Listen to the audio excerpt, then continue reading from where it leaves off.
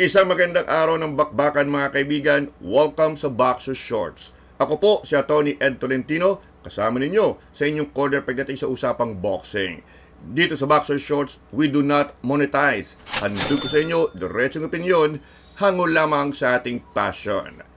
At sa edisyon ng Boxer Shorts ngayon, ating pong pag-usapan, i-analyze itong naging anunsyo ng World Boxing Council o WBC na tinanggal na nila si Manny Pacquiao sa kanilang number 5 ranking sa welterweight division. Ayon po sa WBC, isang error o pagkakamali lamang ang naging pag-rank kay Manny Pacquiao at number 5 sa kanilang welterweight rankings. Mga kaibigan, ating i-analyze itong anunsyo ng WBC. Sasabihin ko sa inyo kung bakit ang error na ito ay actually isang palusot lamang ng WBC. Dokumentado po mga kaibigan ang history ng mga ranking scandal sa pro boxing. In fact, may mga instances na na-establish na mga boksingero, promoter, manager ay nagbabayad para lamang magkaroon ng mataas na ranking ang kanilang mga boksingero. So itong ranking na ito, yung pagmanipula is actually ugat ng korupsyon sa pro boxing.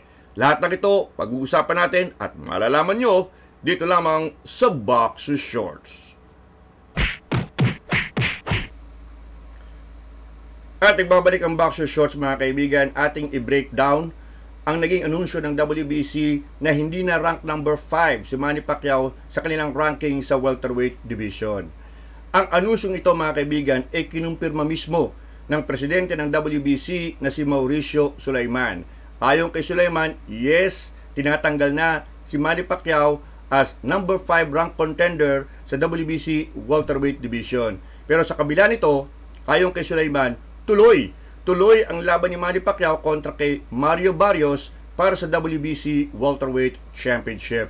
Naka-schedule na po yan this coming July, Las Vegas, Nevada. Ano ang rason na sinabi ng WBC para tanggalin sa ranking nila si Manny Pacquiao? Ayon po kay WBC President Mauricio Sulaiman, isang error o pagkakamali lamang ang pagkakarank kay Manny Pacquiao. Hindi inexplika nitong si Sulaiman ano itong error na ito. Ito bagay typographical error, ito bagay computer error, basta error ang sabi ni Sulaiman. Sa totoo lang mga kaibigan, yung error na yan ay isang termino lamang na ang ibig sabihin ay palusot sa atin. Palusot. Sino ba ang nag-announce?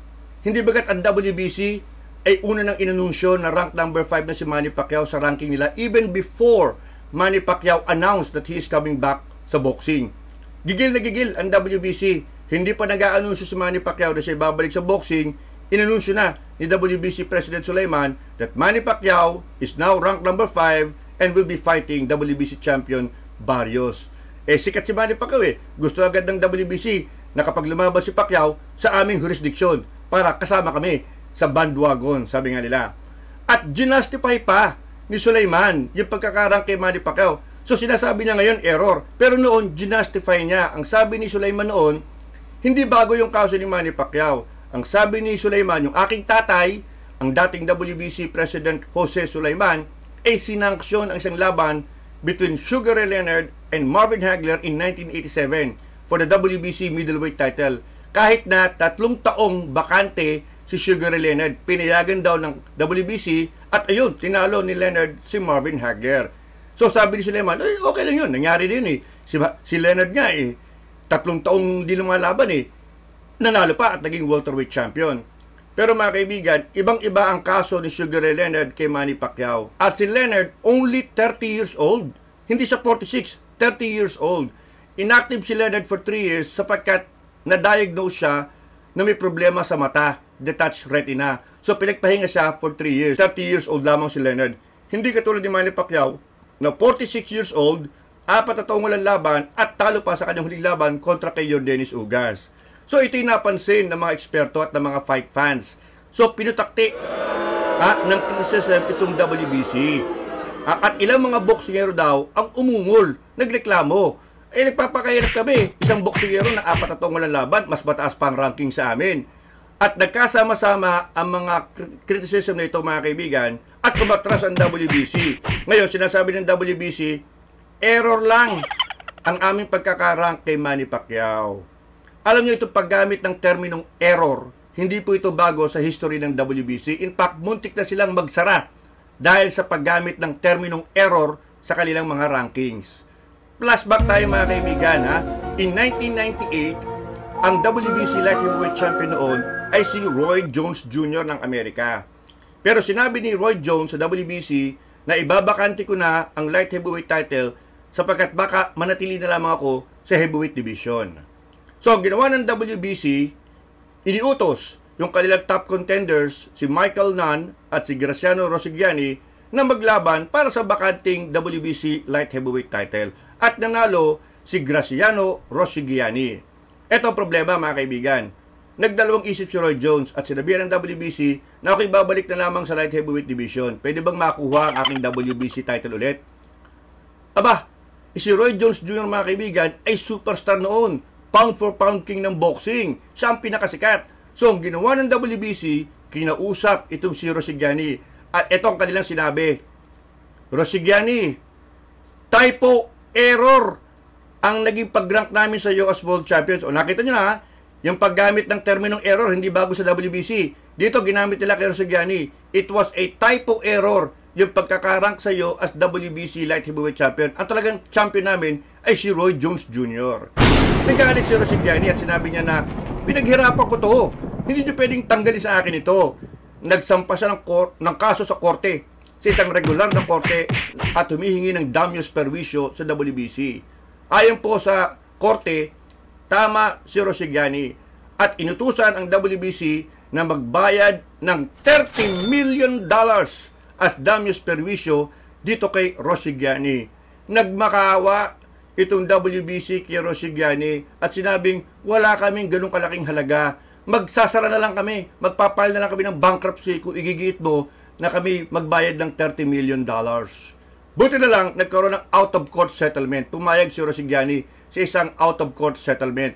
At dahil dito, buhay pa ang WBC. Pero alam nyo, kung hindi pumayag si Rosigliani, malamang sarado na ang WBC ngayon dahil lamang sa paggamit ng terminong error. Kita nyo na ha, yung history natin sa pro boxing. Sa totoo lang mga kaibigan, matagal na ang mga alingas-ngas tungkol sa pagmanipula ng mga boxing organizations sa kanilang mga rankings.